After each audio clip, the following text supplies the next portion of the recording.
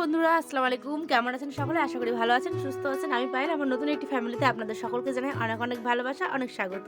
তো আশা করি ব্লগটা অনেক অনেক অনেক ভালো লাগবে আপনাদের। আর ভালো লাগলে আমার পরিবারের সদস্যর জন্য আপনার কাছে বিনীত অনুরোধ রইল। আমি এই ব্লগটুকু শ্যুট করেছিলাম হচ্ছে গিয়ে বুধবার বিকেলের থেকে। হ্যাঁ, তো বিকেল থেকে আর কি ব্লগটা শুরু করছি। আর আগামীকাল হচ্ছে গিয়ে বৃহস্পতিবার। তো আমাদের গ্রামে কিন্তু হাট বসে, দেখছেন? মাকাই জমিতে জল দিচ্ছে আর কি। তো এই যে পাইপ দিয়ে, বেশ বড় পাইপ, একদম ওই দূরে অবধি। আমি তো প্রথমে দেখে অবাক হয়ে গেছি। আমি বলছি এটা আবার কী জিনিস? দূর থেকে এমন মনে হচ্ছে যে কি না কি। তো পাশে যে দেখছি এটা পাইপ, এই যে মাকাইয়ের জমিতে জল। তো এটাও প্রথমবারই দেখলাম আমি, অবশ্যই এর আগে কোনোদিন দেখিনি। তো চলো এবার আপনাদের বাকি অংশটা বুঝিয়ে বলি। আমি বুধবার বিকেলের দিকে গেছিলাম হচ্ছে গিয়ে টাটকা ফুল তুলতে, সরিষা ফুল তুলতে আর কি। হ্যাঁ, আমাদের বৃহস্পতিবার যেহেতু গ্রামে হাট বসে, সেই জন্য আয়নের আব্বা তো মাছ মাংস কিছু না কিছু একটা আনেই। আর এটা একটা উৎসবের মতো, জানেন, প্রত্যেক দিনে হাট থেকে এটা নিয়ে আসো সেটা নিয়ে আসো। তো যাই হোক, সে সমস্ত কিছু তো আনবে। সেই জন্য দেখেন, আমি একটু বড়া ভাজার জন্য সঙ্গে সঙ্গেই চলে গেছিলাম বুধবার বিকেলবেলা আমাদের মাঠের একদম পাশেই সরিষা খেতে। তো টাটকা ফুল ভেঙে নিয়ে আসলাম বাড়িতে। আর সেটার ভাজবো হচ্ছে গিয়ে বড়া। তো চলুন, বৃহস্পতিবার সকালবেলা আপনাদের সকলকে জানাই সুপ্রভাত। সকালবেলা উঠেই দেখি যে বেলা হয়ে গেছে, তাই চটপট করে উঠানটাকে ঝাড় দিয়ে নিচ্ছি। আর এখনও কিন্তু কেউ ঘুম থেকে ওঠেনি, তাই আজকে কাপড়গুলো দেখছেন একটাও কাপড় নেই। নইলে তো আমাদের বাড়িতে কাপড়ের এতক্ষণ তারের মধ্যে পড়ে যাওয়ার কথা। তো যাই হোক, সকলে ঘুমোচ্ছে আর আমার ঘুমটা সকালবেলায় ভেঙে গেছে। তো উঠে দেখি যে গরুগুলোও বের করে দিয়েছে দাদা হয়তো। তো উঠানটাকে ঝাড় দিয়ে বেশ ওদের জায়গাটাও একটু পরিষ্কার করে দেবো। আর সকাল সকাল গ্রামের বাড়িতে দেখবেন প্রত্যেকটা লোক কিন্তু কম বেশি একদম সকালবেলায় উঠে পড়ে ঘুম থেকে। আর এই যে ঠান্ডা হাওয়া দিচ্ছে, সেই জন্য আমি একটা পাতলা চাদর নিয়েছি। বেশ হালকা রোদে উঠেছিল, কিন্তু ঠান্ডা বাতাসও ছিল, সেই জন্য আমি একটা পাতলাই চাদর নিয়েছি। আর সোয়েটার টোয়েটার কিন্তু পরা হয়নি। দেখবেন কোনো কাজ করলে কিন্তু অটোমেটিক গরম লাগে, তাই না? আর আমাদের উঠানটা যা বড়, বাপরে বাপ, কি বলবো, অটোমেটিক আপনাকে গরম লেগে যাবে ঝাড় দিতে দিতে। এই যে এবার কালুর জায়গাটা পরিষ্কার করে দিচ্ছি, তারপরে আমি হচ্ছে গিয়ে কলপাটা ঝাড় দিব। এই সকালবেলা আমাদের বাড়িটা না অনেক বড়, জানেন, এদিকে আছে ওইদিকে আছে, করতে করতে প্রায় অনেকখানাই। তো সেই জন্যই এই যে সুন্দর করে ঝাড় দিয়ে দিচ্ছি। আর আজ কিন্তু বৃহস্পতিবার। হ্যাঁ, আমাদের স্পেশাল ডে বলতে পারেন। বৃহস্পতিবার আমাদের গ্রামের আর কি প্রত্যেকটা লোকের বাড়িতে কিছু না কিছু, একটু না একটু ভালো মন্দ হয়েই থাকে। তো এই যে আমিও সেই কারণে আনন্দে আর কি সমস্ত কিছু সকালবেলা উঠতেই শুরু করে দিয়েছি। দিন হচ্ছে গিয়ে আমার 11টা থেকে 12টা, কোনদিন 10:30 এরকম বেজে, জানেন, ব্রাশ করতে। সেই জন্য আজকে ভেজে ঝাড় যখন দিয়ে দিলাম, তো একদম ব্রাশটাও করব। ওই জন্য এই যে মাজন নিয়ে এসেছি। আর এই যে ব্রাশ দেখে দাঁড়ান, এই যে মাজন। কেন বললাম বলেন তো?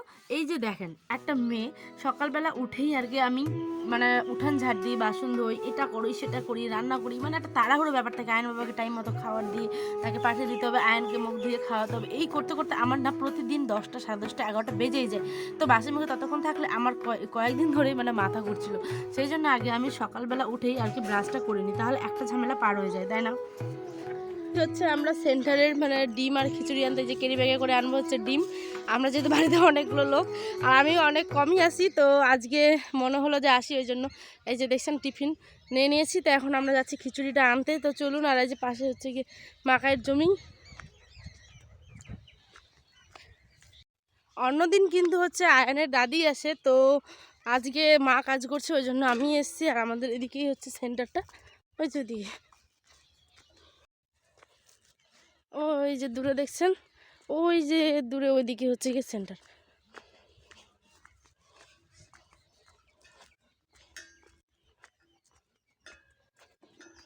সমস্ত কিছু কাজ টাজগুলো কমপ্লিট করে দেওয়ার পরেই আয়না দাদি দেখছি যে অন্য কাজ করছে, সেই জন্য আজকে আমি গেলাম সেন্টারে ডিম আনতে আর খিচুড়ি আনতে। তো চলুন, এই যে এটাতে ডিম আর এটাতে খিচুড়ি ভর্তি করে নিয়েছি। এবার বাড়ি যাব, আয়নকে রেখে এসেছি দাদির কাছে। তোমাকে দেখা যা না, এই যে দাইকে বলছি এদিকে। এর মধ্যেই আছে খিচুড়ি আর ডিম।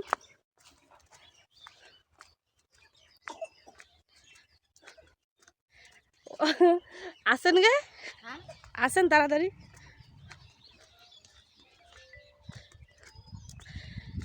তো অন্যদিন তো দাদি আসে, আজকে আমি এসছি, দাদি একটু ব্যস্ত আছে অন্য কাজে সেই জন্য। আর এই যে দিদি সম্পর্কে আমার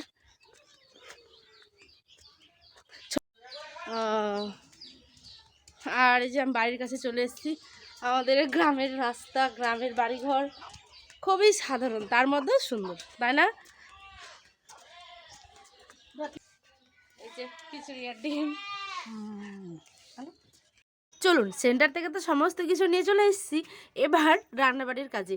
আজকে মা বানালে হচ্ছে গিয়ে পাঙ্গাস মাছের তরকারি। পাঙ্গাস মাছ আমি এর আগে কোনোদিনও রান্না করিনি, যেহেতু তাই এই যে আয়নের আব্বা তো হাট করে প্রায় কমপ্লিট করে নিয়েছে।